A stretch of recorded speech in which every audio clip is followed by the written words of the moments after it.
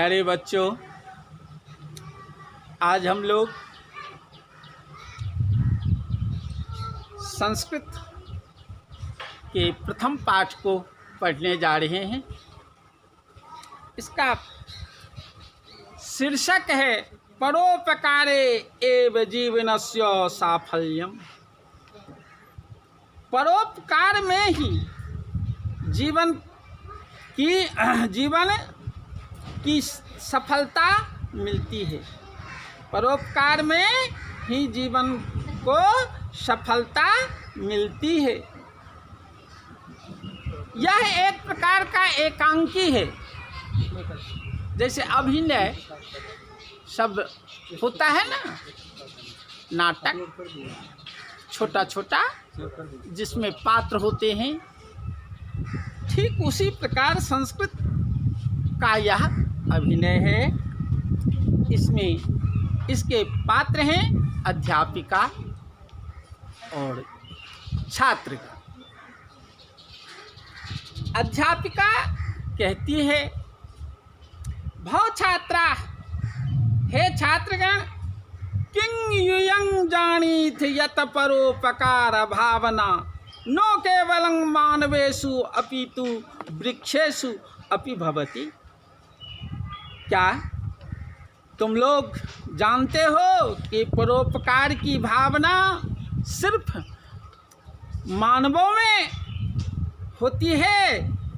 नहीं, वृक्षों में भी होती है। तो छात्र गण कहते हैं, नैव महोदय, नैव, नो जोड़ एव नैव। नहीं माने नहीं, नहीं महोदय।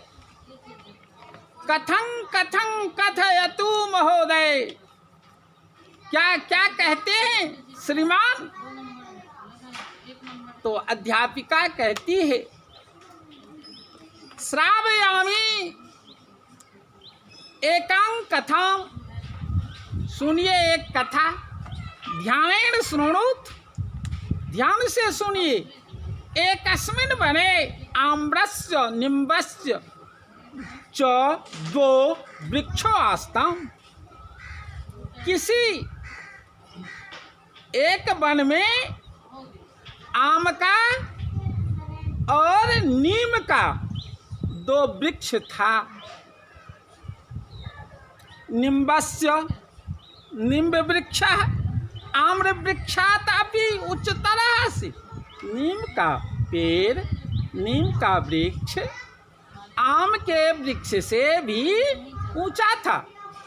एकदा राज्ञी मधुमक्षिका निम्ब वृक्षस्य सखायां स्वछत्रकं रचयितुं तं प्रार्थयत। एक बार रानी मधुमक्खी नीम पेड़ के डालियों पर अपना मधु कोश, छत्ता रचने के लिए प्रार्थना की, किंतु निम्ब वृक्ष नैव मन्यत। लेकिन नीम का पेड़ नहीं माना। ततः सा आम्र वृक्षं प्रार्थयत। वह आम वृक्ष से प्रार्थना की, परोपकार भावनाया संयुक्तः स तस्या प्रार्थनां स्वीकरोति स्म। परोपकार की भावना से जुड़कर वह उसकी प्रार्थना को स्वीकार कर ली। एवं सा राज्ञी मधुमक्षिका अन्यासां मक्षिकाणां सहयोगेन शीघ्रमेव तत्र मधु छत्रकम् रचयत। वह रानी मधुमक्खी दूसरे मधुमक्खियों की सहायता से, सहयोग से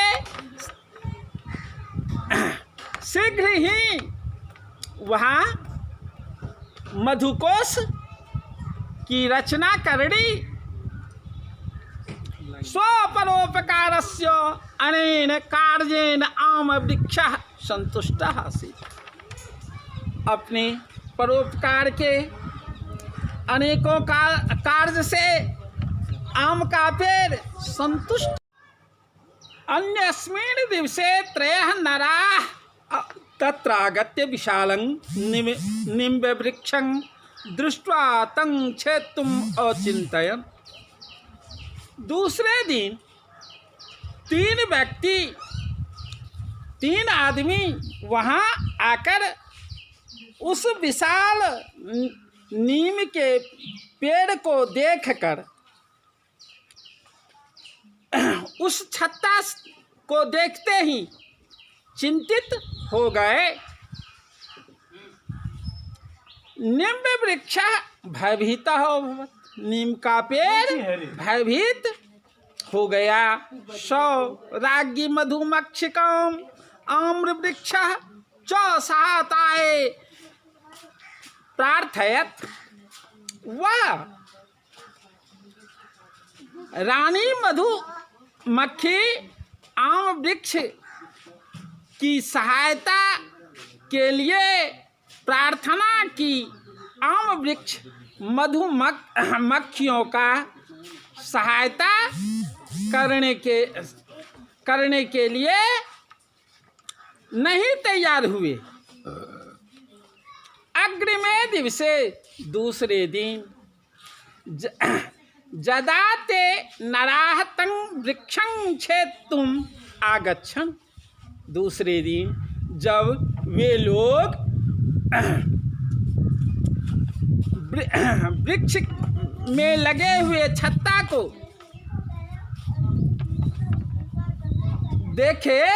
देखकर वहीं आम वृक्ष के वचन से रानी मधुमक्खी अन्याह मक्षिका दूसरे मक्खियों को नीचे आकर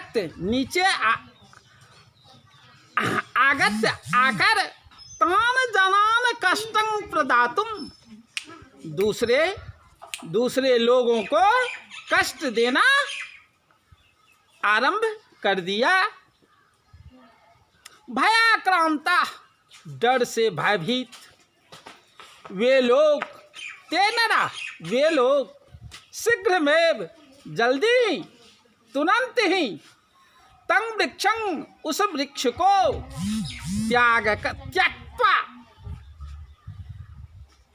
कर तस्मात् स्थानात् उस स्थान से दौड़े दौड़े। राज्ञी मधुमक्षिका तथा निम्ब वृक्षम अवदत्। रानी मधुमक्खी वह नीम के पेड़ से बोली, भव अभिमानिनी वृक्ष, हे अभिमानी पेड़, आम्र वृक्ष तु निसंदेहं धन्यः अस्य वचनेन वयं तव जीवन रक्षाम अकुर्। आम का पेड़ निसंदेह धन्य है, जिसके वचन से हम लोग तुम्हारे जीवन की रक्षा करूं।